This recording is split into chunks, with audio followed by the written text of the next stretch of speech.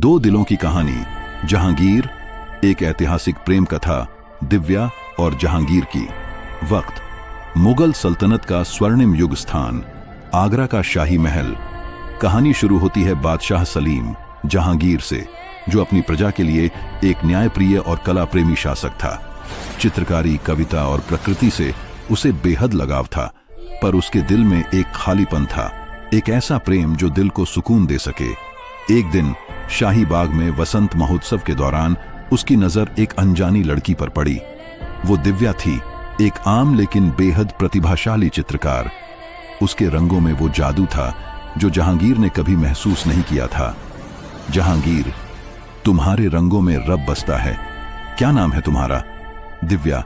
दिव्या सिर्फ एक फनकार। धीरे धीरे मुलाकातें बढ़ीं। दिव्या की सादगी और आत्मसम्मान ने जहांगीर को मोह लिया, लेकिन मुगल दरबार को यह रिश्ता नामंजूर था। एक आम लड़की का बादशाह से प्रेम, यह नामुमकिन था। दरबार का विरोध, बाजीरों ने धमकी दी, अगर बादशाह ने दिव्या से विवाह किया तो दरबार विद्रोह करेगा। जहांगीर दो राहों पर था, एक तरफ ताज और तख्त, दूसरी तरफ दिव्या का सच्चा प्रेम। प्रेम की जीत। जहांगीर ने ऐलान किया, तख्त मेरे खून से बना है, पर दिल दिव्या का है।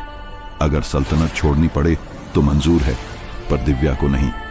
यह सुनकर दरबार चुप हो गया। इतिहास में पहली बार एक बादशाह ने अपने प्यार के लिए दरबार को चुनौती दी।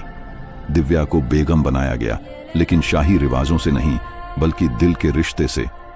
अंतिम दृश्य, कई साल बाद दिव्या की मृत्यु हो गई।